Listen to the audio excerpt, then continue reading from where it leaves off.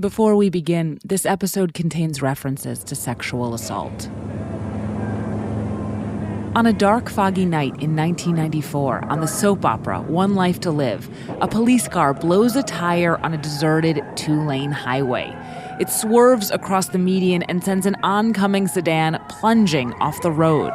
You're in the wrong lane! No! After bashing its way down a steep hillside, the sedan skids to a precariously balanced, teetering halt. Don't move, okay? Don't move. Inside the car are two children and the young woman you just heard, who's named Marty Seabrook. Marty's legs are bruised and bleeding, and any time the younger child moves, the car jerks violently forward.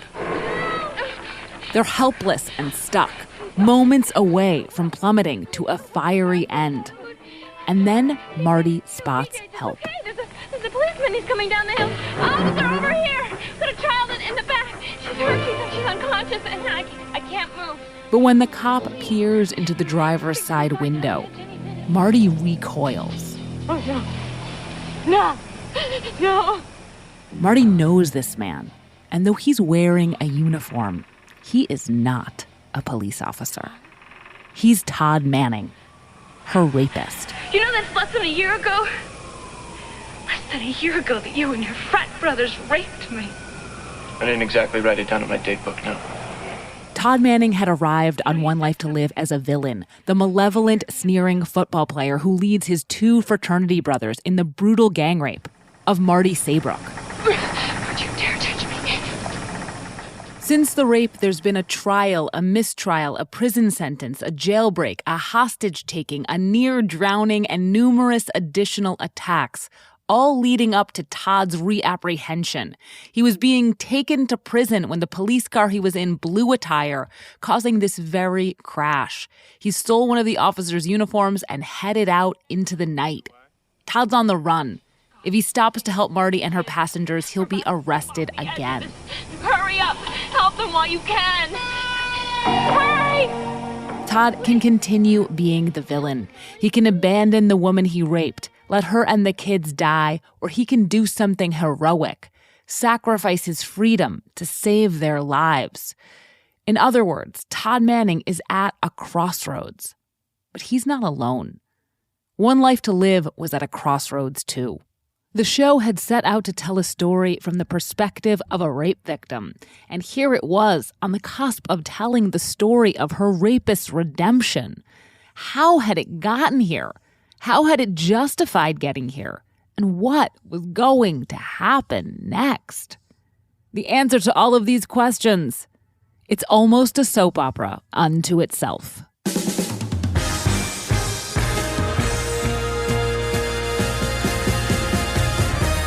This is Decoder Ring, a show about cracking cultural mysteries. I'm Willa Paskin.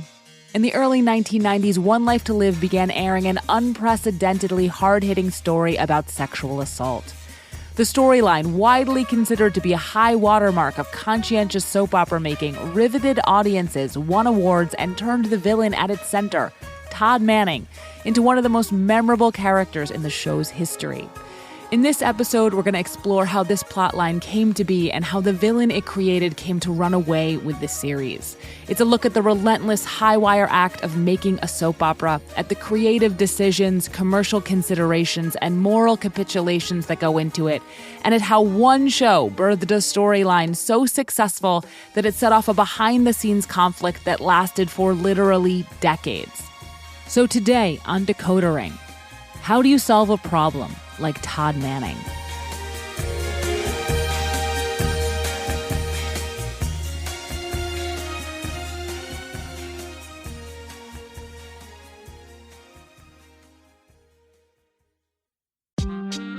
Have you ever thought, ugh, this water is too wet? Or this beach is too sandy? My name's Christine. And my name is Zandy. And we're the hosts of Beach Too Sandy, Water Too Wet, a podcast where we do dramatic readings of the most wild and off-the-wall reviews on the internet. We find the funniest, real reviews about everything from Vegas weddings, matchmaking services and Trader Joe's, to caves, toddler beds, and Spirit Halloween. You won't believe the things that people think absolutely must be said on the internet. How else would everyone know that some caves don't have Wi-Fi? We hear about the good, the bad, and that one time Spirit Halloween sent someone a dildo instead of a Halloween costume. And believe it or not, we got to the bottom of it. Join us every Wednesday wherever you listen to your podcasts. Beach Too Sandy, Water Too Wet is brought to you by the Forever Dog Podcast Network. A soap opera is a machine. A huge, astonishingly complex perpetual motion machine made up of hundreds of moving parts. Scripts, cameras, actors, writers, directors, producers, network executives, continuity specialists, set dressers, ideas, egos, history, money, and more, all working together to churn out over 250 hours of narrative television a year. To accomplish this logistically bonkers feat, the soap opera machine operates nonstop at a breakneck pace no matter what. It does a marathon at a dead sprint. And the One Life to Live machine, in particular, started running in 1968. Find the rainbows in this time. Created by Agnes Nixon, the woman who modernized the soap opera by bringing contemporary, controversial issues into daytime, One Life to Live was unusually diverse for its time. The show, which aired on ABC, included characters of different classes, ethnicities, and races, living side by side in the fictional town of Landview, Pennsylvania. We only have one night to live. But by the 1980s, the show's social awareness had been replaced by something kookier. It's a whole city buried underground. Like that, a storyline about the discovery of the lost city of Eterna, buried beneath a mountain right outside of Landview. The lost city of Troy was buried under 7 other cities. This is greater than Troy. Big, fantastical stories like this had been common across soap operas throughout the 1980s. But by the early 90s, audiences were losing interest. The show still had 8 million viewers a week, but that was down from its mid-80s peak. So when the show found itself in need of a new executive producer, basically the operator of the soap opera machine, ABC hired someone unusual, a woman who had never seen a soap opera before. Todd Manning was not a glimmer in anyone's eye yet, but this is when his story really begins. In 1991, with the hiring of Linda Gottlieb. I had literally never seen them. I just thought they were just, boring, waste of time, and only stupid people watched them. I was very arrogant. Linda was a veteran producer who had spent decades in educational television before moving into feature films, at which point she developed and produced the hit movie Dirty Dancing. When the head of ABC Daytime called Linda about the job, she asked her to send over 2 weeks' worth of episodes. And I sat there and I watched 2 weeks of One Life to Live, and I thought it was the worst thing I had ever seen. And I called her back and I told her exactly that. And she said, well, if you took it over, you could change it. And then I got interested, because I learned early on that real power in the movie or television industry does not rest with your titles. It rests with your ability to be able to put out your own vision. Linda's vision was in line with the series' roots. She would improve the show and boost the ratings by reflecting the world the viewers actually lived in. I wanted it to be about real people with real problems, and it could still be very dramatic. But I didn't want to have twins frozen in time and kill people off and put them in deep freeze and have people come back from the dead. Linda was confident she'd be able to make these changes. She'd made movies, after all. How hard could fixing a soap opera really be? And I want to tell you, I walked into the land of soap opera, and I never, in my whole career to this day, did anything as difficult as run One Life to Live. Linda's first move as executive producer was to replace some other key parts of the soap opera machine, namely the writers. Who could write a soap opera? I thought, well, if he were alive, I'd hire Charles Dickens. So who is like Charles Dickens? I am a passionate lover of Dickens. He's my idol. That's Michael Malone. In the early 1990s, he was a novelist, teaching classes at Swarthmore and the University of Pennsylvania. He'd written about a dozen well-reviewed literary novels, intricately plotted, multi-generational yarns with multiple plot lines and huge casts of characters bouncing off one another in small-town settings. So Dickensian, but also basically soap operas. Michael was brimming with ideas, but like Linda, he had no experience in daytime television. He came aboard as the head writer anyway. I said, I'll come if I can use the power of this platform to do stories of social relevance. He says his peers and friends reacted to his new gig like he'd announced he was going to play piano in a brothel. He didn't mind. As he likes to say, Dickens would have done it.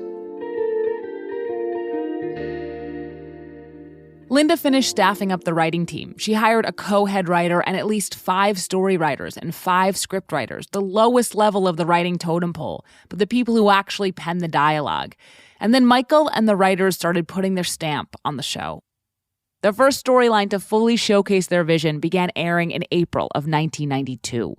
It was about a high school student named Billy Douglas who was struggling to come out of the closet. The network had initially resisted the story, but Linda convinced them to do it. It was one of the first portrayals of an openly gay teenager on American television. I kept saying I can't be gay, but I knew I was. And it hurts so much to go on lying to you, to my friends, but most of all to myself. That's Ryan Phillippe, then 17 years old, as Billy Douglas. The story directly addressed homophobia and bigotry in Llanview and climaxed with episodes featuring the AIDS quilt. It was socially conscious soap opera that worked, educated, and entertained. It got press, attention, and thousands upon thousands of pieces of fan mail. It was thrilling. I said, what other thing could I do that could reach 8 million people a week?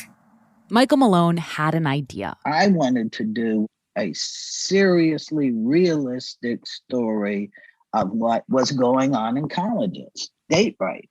In the early 1990s, there was a national conversation going on about date rape. One of the events that inspired it was a Time magazine cover story about Katie Costner, a college student at William and Mary. Costner had told school officials that she had been raped by a student she'd invited to her dorm room. The university agreed a sexual assault had taken place, but allowed the student to remain at the school. Many Americans saw Costner's story, and others like it, as an example of a crime that was hideous, common, and not taken nearly seriously enough. Others pointed out that Costner had agreed to go out with her assailant and invited him in. It's the latter group that the writers of One Life to Live wanted to reach. The focus was date rape is a crime, no matter what the girl was wearing, no matter what she was drinking, it was a crime.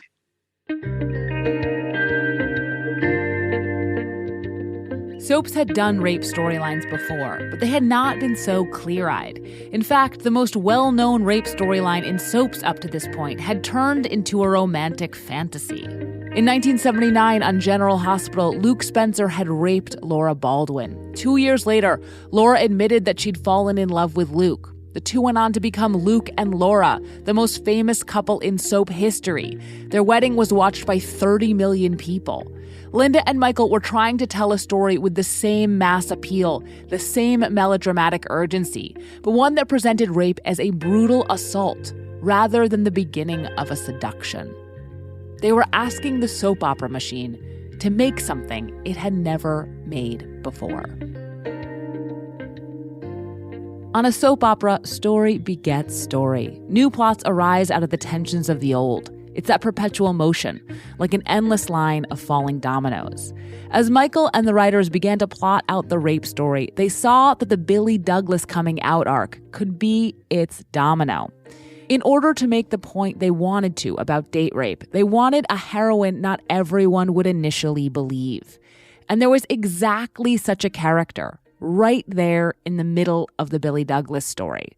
She was named Marty Seabrook, and she was a poor little rich girl who had spread homophobic lies about Billy and the town's reverend to his parents. Reverend Carpenter is a homosexual, and I saw him trying to seduce your son, Billy. Marty is a troubled young woman who has lied about someone else's sexuality. Therefore, people don't believe her when she says this has happened to her. That was the germ of the story. Marty was played by a young Canadian actress named Susan Haskell, now Susan Haskell Kay. She auditioned for One Life to Live 6 months out of acting school. I was very, very lucky. I don't have any one of those struggling actor stories.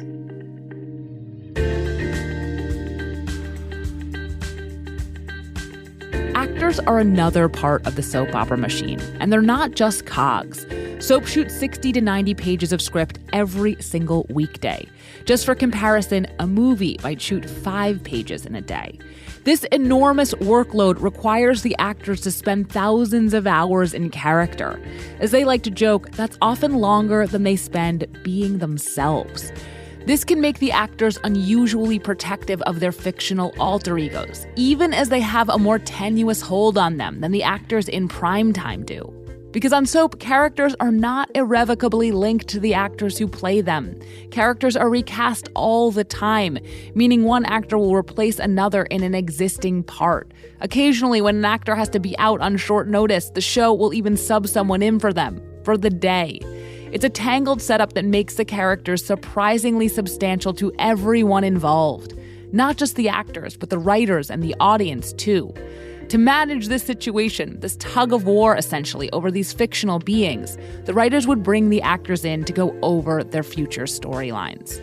And they did this with Susan. The story they had come up with was especially harrowing. It would be a gang rape perpetrated in a frat house by a number of fraternity brothers. It was a departure from the date rape cases being debated in the news, but it would give the show maximal story, lots of characters and perspectives and drama, everything in the kitchen sink. Susan had some concerns. I asked them, please don't do this and then make me get over it really fast. Like that's just wrong. And I also said, and don't ever put me together romantically with any one of these people, because I will quit. The One Life to Live writers reassured Susan this would not be a frothy soap opera fantasy. The story would be serious, uncompromising, and realistic about the emotional fallout of rape. But while this got Susan on board, it made the network balk. Linda had to give them the hard sell. Michael Malone again. She was over there telling the network, we're going to do this story. And they were saying, we can't do this story. This is too gritty. This is not what daytime does.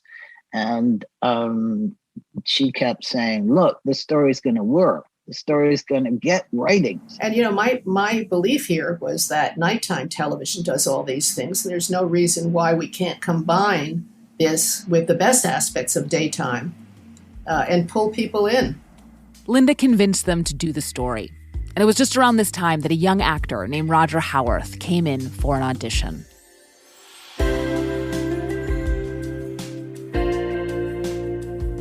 When Roger Howarth was barely 20, he dropped out of college to try and make it as an actor in New York City. He got some small parts in regional theater and off-Broadway. The money wasn't good, but he loved it. I was so pleased to be working for $54 a week. Then, just as his wife got pregnant, a casting agent for a soap opera asked him to audition. He got the job, but they didn't end up needing him. Roger got paid anyway. And so they gave me a check, and one of those episodes was worth 10 weeks of off-Broadway. So I said, yeah, I'd really like to be on a soap opera. And so I auditioned for One Life to Live. The part he landed was so small, the character was called Frat Boy Number 1. He was intended to be a minor player in the rape storyline. But Roger had something going for him.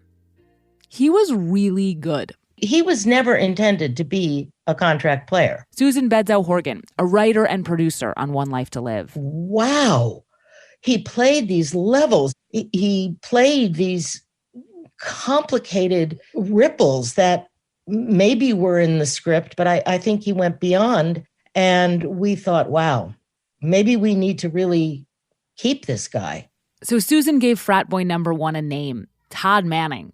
As Todd, Roger was sarcastic and brash, and you didn't quite know what he was going to do, what sneering spin he was going to put on a line. Here he is in a scene at the frat house where Todd baits a black female classmate, the girlfriend of one of his frat brothers. Looks like we're not politically correct enough for Ms. Gannon. Don't hide behind that phrase, Todd. I'd rather be politically correct than a bigot. Whoa! Who's calling names now? Todd, I have had it with you and your cheap shots. Rachel, can't you just take a joke? This is not a joke.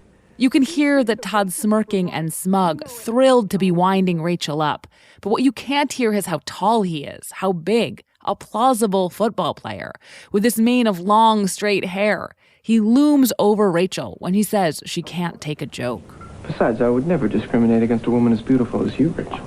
You hear that? He thinks it's funny. Frat boy number one was supposed to be a throwaway bad guy, but Roger made him stand out. He was a scenery-chomping villain, charismatic and chilling, an instant audience favorite. And the audience is another part of the soap opera machine.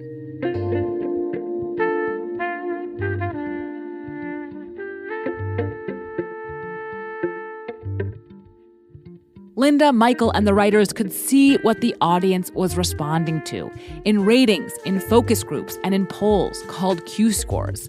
And they used that information to write to what was working. Until recently, with the advent of streaming, this back and forth was one of TV's distinguishing characteristics. Its creators were getting feedback as the work was unfolding.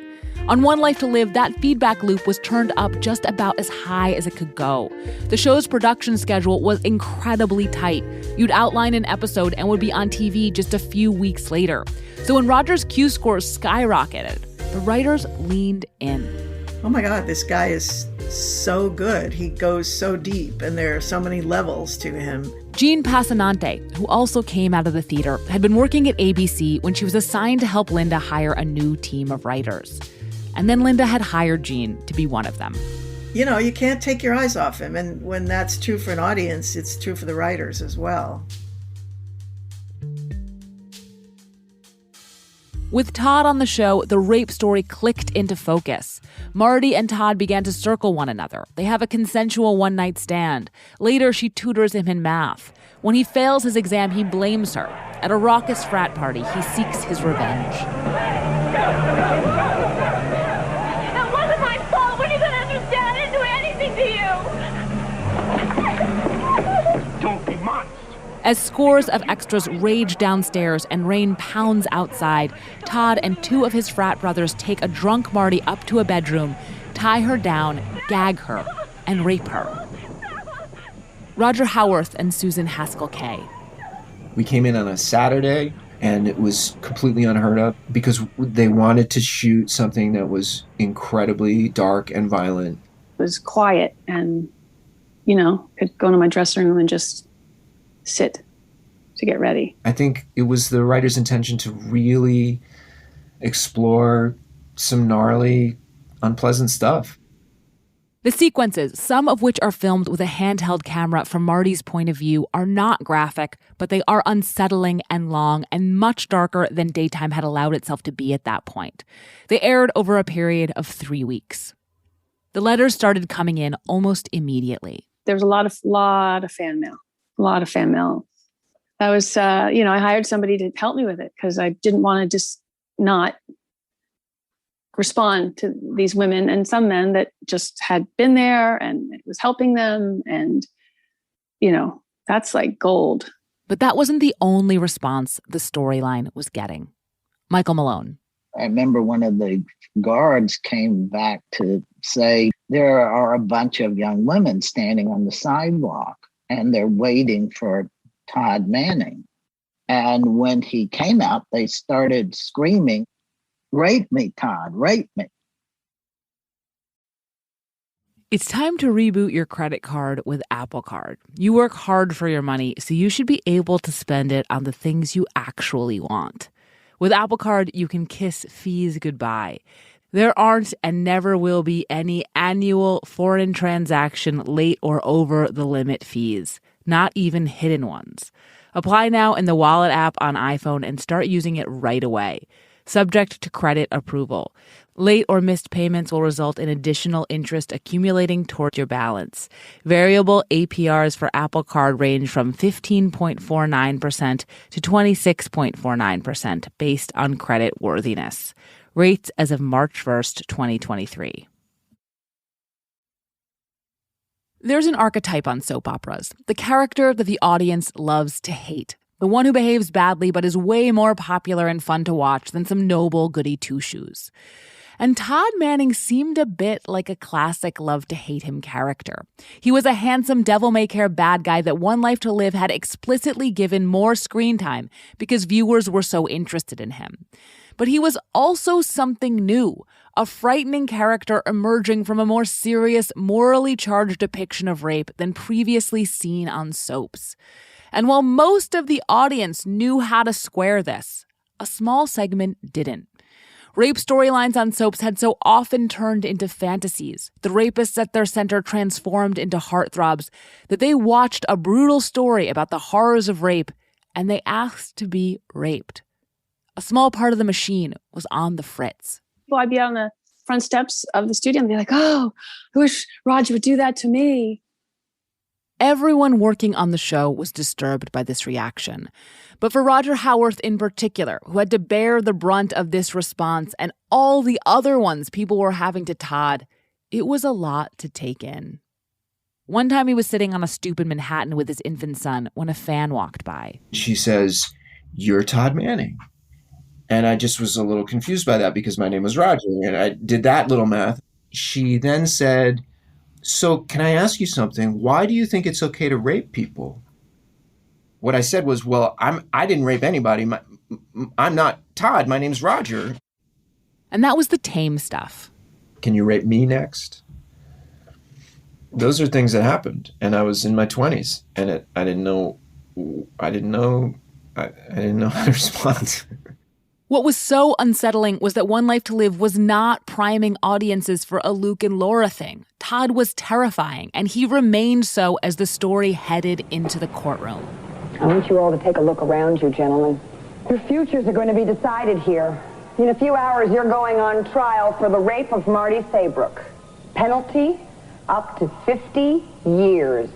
The climax of the rape storyline had always been intended to be the trial of the three frat boys.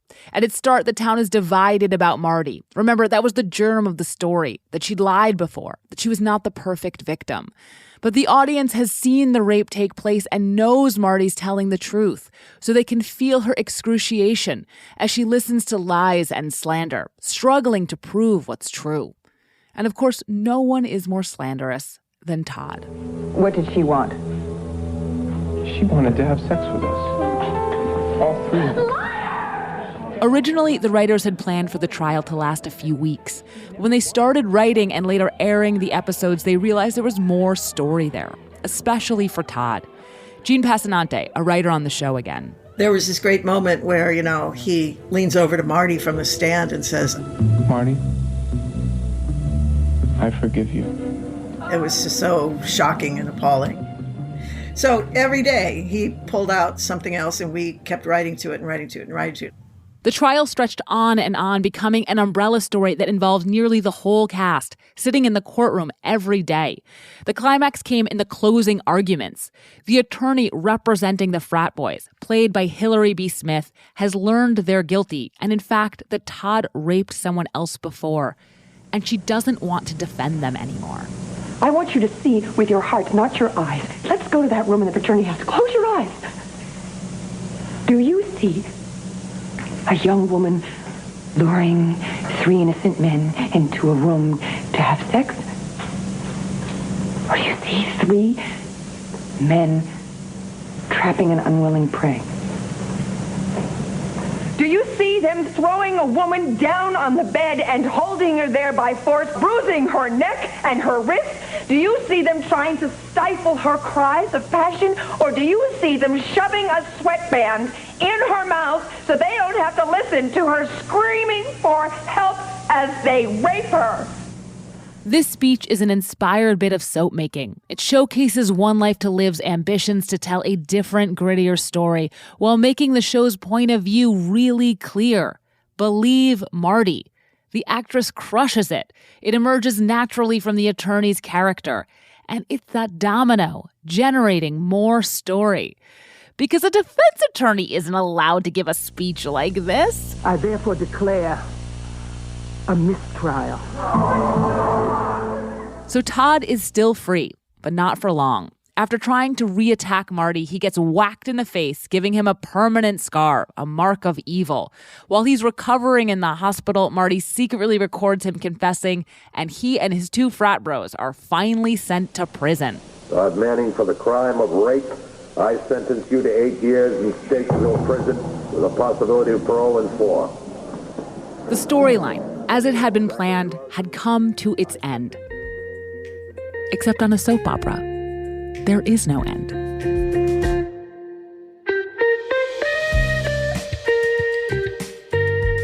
The writers had planned for the rape storyline to end as follows. Marty would be vindicated and Todd Manning would go to jail and stay there, written out of the show for good. But circumstances had changed since they made that plan. The storyline had been a bigger triumph than anyone could have imagined. Our ratings were just really going through the roof. That's Susan Bedzow-Horgan. You've been hearing from her as a writer and producer. But just around this time, in 1994, she took over from Linda Gottlieb as executive producer when Linda's contract was up. We were the poor little One Life to Live little engine that could, and suddenly buzz, by everybody. Roger Howarth, Susan Haskell, the actress who played the defense attorney, and the One Life to Live writing team all won Daytime Emmys for their work. More specifically, Todd was now an extraordinarily popular and uniquely fascinating character played by an award-winning actor who could seemingly do anything the writers threw at him. All of this meant the show had a problem. For the moral coherence of a story about the trauma of date rape and the secondary trauma of not being believed, Todd needed to be in jail. But for every other reason, ratings, storytelling, audience engagement, the basic dramatic quality of the show, he couldn't be. And for a soap opera, there's really no choice there. The machine was crushing. It wasn't going to stop now. Did you ever think oh, this is kind of squicky. We're redeeming this rapist? Yes, we did. We had to figure out how we would justify that. The writers needed to bring Todd into the ongoing narrative of the show so he could interact with the other characters, not just skulk around.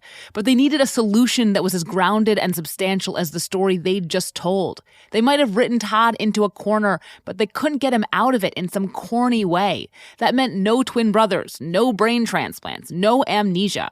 After countless hours in the writer's room, they decided on a new direction, a justification they could live with. What really is redemption? Can someone be redeemed? Or are we forever vilified for something that we did in the past? Then that became Todd's story, the redemption story. They started by breaking Todd out of jail and keeping him as horrible as ever. This whole redemption thing, it doesn't happen overnight. He tortures the defense attorney who betrayed him in court, and it devolves from there. There's months and months of plot, the show using all the time it has to show a Todd increasingly consumed by angst and self-hatred. He's doing things that are so awful, even he wants to stop. And it's in this state, at this point, that he arrives at that crossroads by the car crash. It's okay. There's a policeman. He's coming down the hill. Officer, over here. Got a child in the back. She's hurt. She's unconscious, and I can't move. So Todd Manning is on a hillside in the dark next to a smashed-up car, weighing whether or not to rescue Marty Seabrook and 2 children from certain death. Yeah, well, maybe too late. Yeah, well, I don't have time to stand here and argue about it, okay? This place is going to be crawling with cops any minute. A villain would leave. But is Todd Manning still a villain? All right, hold on. I'm coming. I'll get you out of here. Todd saves the kids and carries Marty up to the road. He sits with her so she doesn't bleed to death, even as the cops are closing in. He does the right thing. He's changing. Even Marty notices. You said something just before you carried me up the hill. It was the first time that I'd ever heard you admit you might have done something wrong when you raped me. All those months in prison, and then all that time on the run, it kind of ruins your social life, you know what I mean? Nothing to do except think about things. When Todd's sent back to jail, he goes to therapy. A lot of therapy. Todd's fraught relationship with his father has been a part of the character since the beginning, and now the writers pay it off as the core of his anger, uncovering abuse and abandonment. I would have given anything, to get my father to love me. And when I saw how much he hated me, I tried to change. I tried to be just like him. So I pushed people around, and I badmouthed everybody like they didn't mean anything, like they didn't matter. Throughout the storyline, Todd's history as a rapist is front and center. It basically is the storyline. Jean Passanante. I guess in my mind, it was always about never forgiving him for what he did, but understanding that growth was possible. He's always on a tightrope. He hates this about himself, but he recognizes it in himself. Thanks to the heroic car crash rescue, Todd gets a pardon from the governor and leaves prison. Back in Landview, after quite a bit more story, he is finally able to apologize to Marty. Finally got to see myself the way that the whole world sees me. And I know why they do. Because I was a monster. I was nothing but a monster. It's a big moment. Marty walks over to Todd and reaches out a trembling hand to wipe his tears away. As soon as she touches him, she snatches her hand back and runs out of the room. But in the hallway, alone, she smiles to herself and says, "Goodbye." And with that, a bit over a year and a half since Todd Manning was introduced, his redemption arc is complete. Marty begins to put him behind her and gets a new, big, swishy love story. The writers had threaded a needle. They'd made the character grow morally without destroying the original rape storyline. They'd given the audience what it wanted in a way that they could live with. And in the process, they had totally bent another part of the machine out of shape. I didn't feel terrible playing a terrible person. When they started to redeem that person is when it began to get sticky, because it just was. Have you ever thought, ugh, this water is too wet? Or this beach is too sandy? My name's Christine. And my name is Zandy. And we're the hosts of Beach Too Sandy, Water Too Wet, a podcast where we do dramatic readings of the most wild and off-the-wall reviews on the internet. We find the funniest real reviews about everything from Vegas weddings, matchmaking services and Trader Joe's, to caves, toddler beds, and Spirit Halloween. You won't believe the things that people think absolutely must be said on the internet. How else would everyone know that some caves don't have Wi-Fi? We hear about the good, the bad, and that one time Spirit Halloween sent someone a dildo instead of a Halloween costume. And believe it or not, we got to the bottom of it. Join us every Wednesday wherever you listen to your podcasts. Beach Too Sandy, Water Too Wet is brought to you by the Forever Dog Podcast Network. Hey Prime members, did you know you could be listening to this episode and all episodes of Decoder Ring ad-free? Avoid the ads and start listening today by downloading the Amazon Music app. Since his start on the show, Roger had been playing Todd as a psychopath. But that wasn't what Todd was anymore.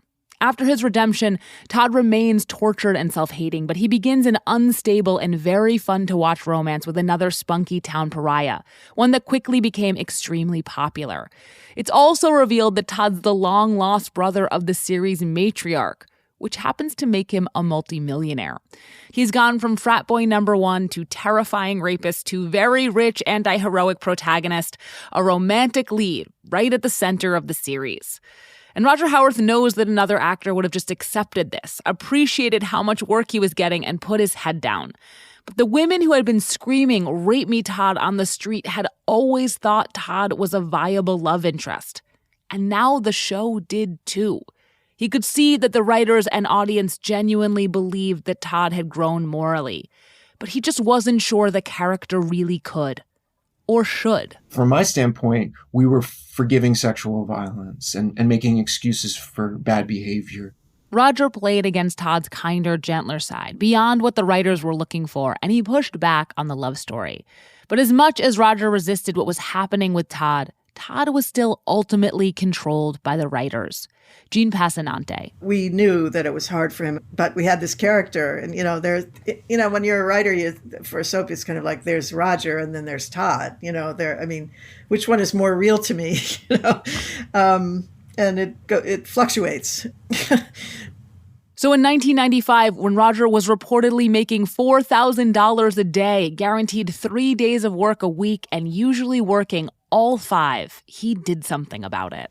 I felt somehow that we were actually promoting violence against women, and it was confusing to me because the show was produced by women, written by women, and designed to be watched by women. And I just felt it just didn't sit right with me, and I left the show. When Roger told Susan Bedzel-Horgan, the executive producer, that he wanted to leave, she agreed to let him out of his contract, so long as he didn't work for another soap opera. She knew he was distressed. On the occasion of his leaving, Roger gave an interview to Soap Opera Digest in which he said if the rape had been an unrealistic soapy thing, then it wouldn't matter how the show had proceeded. But instead it had been, quote, in-depth and brutal, and that made it feel to him like it did matter. On the show, the character of Todd was shot and presumed dead. For Roger, leaving didn't go quite as planned. I wasn't a cooked human being yet. I quickly spent all the money I had and realized that I had no other skills and really was completely unhireable. And I had to borrow money to get back to play Todd. 6 months later, he was back on the show, and so was Todd Manning. Roger had left the machine, and when he came back, he tried to be a less squeaky wheel, even as Todd's history as a rapist receded further into the background. It still informed the character, still was mentioned from time to time, but Todd became a newspaper mogul. He had a kid. He had 2 extremely popular romances. There was a whole period where he talked to a parrot, a comedy arc. I wish you hear the way everybody talks to me. Todd, you're the greatest. Todd, have I got a deal for you? I know what they're really thinking. Feed the bird! Exactly. And though playing a reformed rapist did get easier for Roger, he never made peace with it entirely. It just didn't sit right with me. There was a shame. I spent every dollar I made playing Todd Manning. I couldn't get rid of it fast enough. And I was stuck in this weird cycle. And because I didn't want to be the guy who was doing that, but I didn't know what else to do. It was peculiar. But looking back on it, I took the money. Over the next decade, One Life to Live had a number of different head writers and producers. It was a chaotic time for the business. The O.J. Simpson trial preempted months of daytime and started a hemorrhaging of viewers that's never stopped. But when it came to the question of Todd, the machine finally seemed to be in equilibrium, chugging along, all the parts in order. But not for much longer. So after all those years of relative calm, in 2003, Michael Malone and his co-head writer, who had left in 1995, were asked to return to the show. Roger heard a rumor about what they had planned for Todd and expressed concern about it to Michael. He was apprehensive that we're going to make him rape somebody again. So there was some friction between. I think he thought that you were going to make him fall in love with Marty. Yes. Were you going to do that? No. Well, there was pressure to make that happen. Everyone on the show had originally agreed that Todd and Marty would not turn into Luke and Laura. But time had passed. The context had changed. The success of the original storyline meant that returning to it was like greatest hits play, more likely than anything else to entice lapsed viewers back into the fold. It had all the potential upside of a sequel, basically.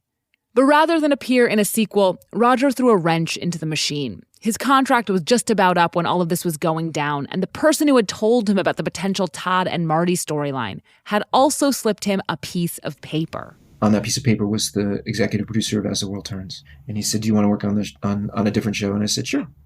He quit One Life to Live. He worked on As the World Turns until its cancellation in 2010. With Roger gone, the machine had lost one of its most important parts. But it had also lost its brakes.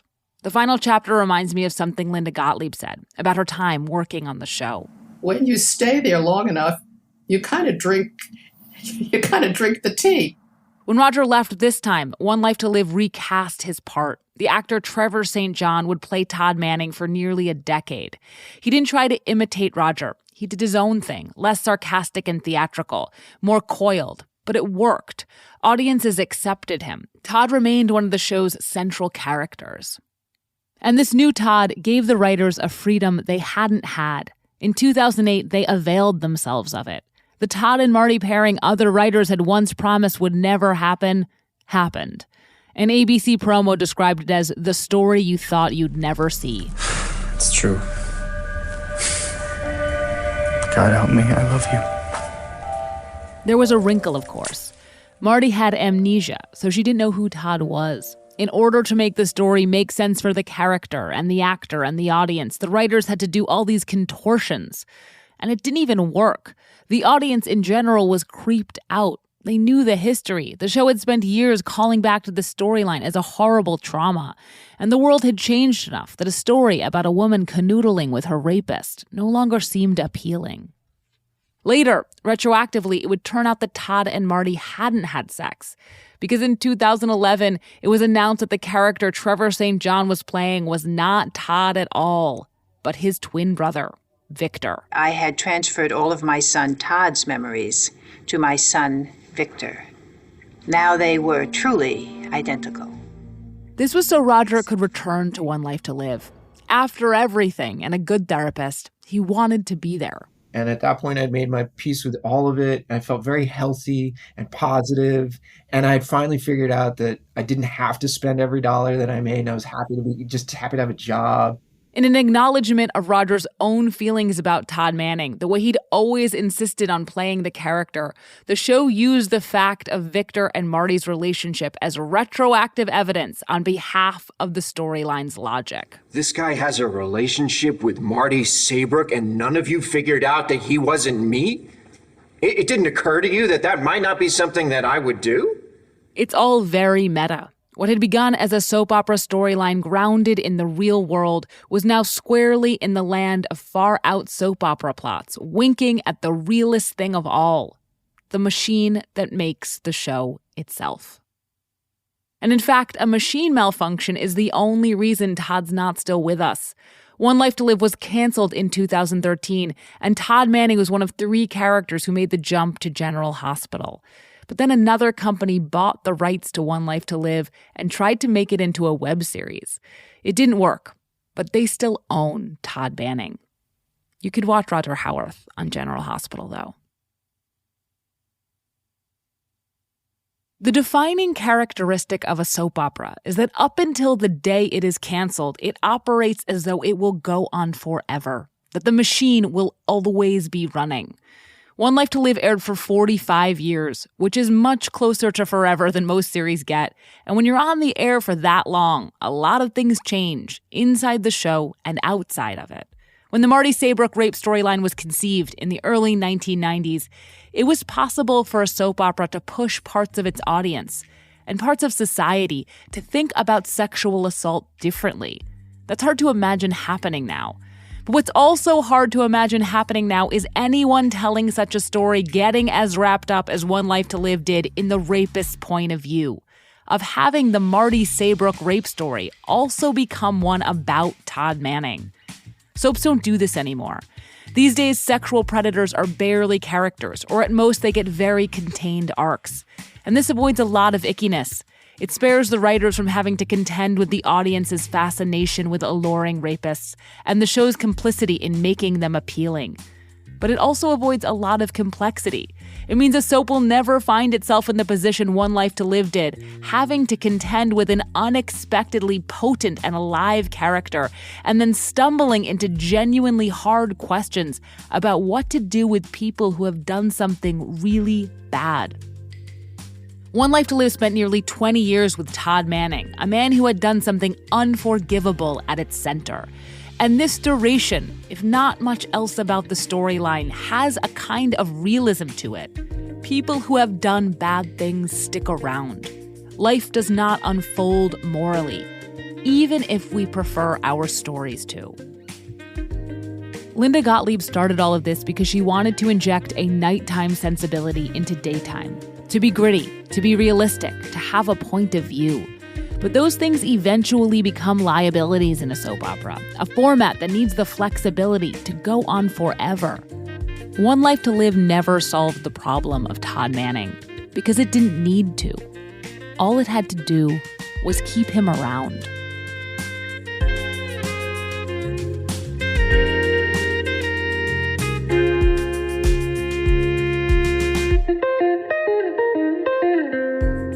This is Decoder Ring. I'm Willa Paskin. You can find me on Twitter at Willa Paskin, and if you have any cultural mysteries you want us to decode, you can email us at decodering@slate.com. If you haven't yet, subscribe and rate our feed in Apple Podcasts or wherever you get your podcasts. And even better, tell your friends. I want to give a very special thank you to Mara Levinsky, who helped so much in the thinking and reporting of this piece. It would not have been possible without her. Also, thank you to Hillary B. Smith and Kasi DePaiva. Also, thanks to Rebecca Lavoie, Jeff Giles, June Thomas, Derek John, and everyone else who gave us help and feedback on the way. This podcast was written by Willa Paskin. It was edited by Benjamin Frisch and Gabriel Roth. Decoder Ring is produced by Willa Paskin and Benjamin Frisch. Cleo Levin is our research assistant. Additional production help from Margaret Kelly. If you are already a Slate Plus member, thank you so much. You can listen to 5 more episodes of Decoder Ring right now. If you are not a Slate Plus member, we would love you to become one. Please sign up for Slate Plus at slate.com/decoder plus. It means so much and will give you access to this whole season of Decoder Ring in advance. Otherwise, we will see you next week.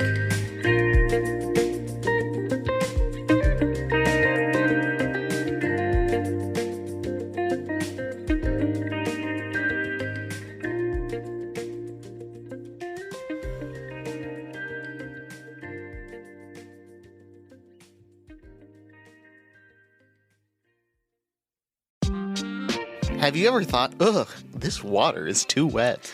Or this beach is too sandy? My name's Christine. And my name is Zandy. And we're the hosts of Beach Too Sandy, Water Too Wet, a podcast where we do dramatic readings of the most wild and off-the-wall reviews on the internet. We find the funniest real reviews about everything from Vegas weddings, matchmaking services and Trader Joe's, to caves, toddler beds, and Spirit Halloween. You won't believe the things that people think absolutely must be said on the internet. How else would everyone know that some caves don't have Wi-Fi? We hear about the good, the bad, and that one time Spirit Halloween sent someone a dildo instead of a Halloween costume. And believe it or not, we got to the bottom of it. Join us every Wednesday wherever you listen to your podcasts. Beach Too Sandy, Water Too Wet is brought to you by the Forever Dog Podcast Network. Hey everybody, it's Tim Heidecker. You know me, Tim and Eric, Bridesmaids, and Fantastic Four. I'd like to personally invite you to listen to Office Hours Live with me and my co-hosts, DJ Doug Pound. Hello. And Vic Berger. Howdy. Every week we bring you laughs, fun, games, and lots of other surprises. It's live. We take your Zoom calls. Music. We love having fun. Excuse me? Songs. Vic said something. Music. Songs. Music. I like having fun. I like to laugh. I like to meet people who can make me laugh. Please subscribe now.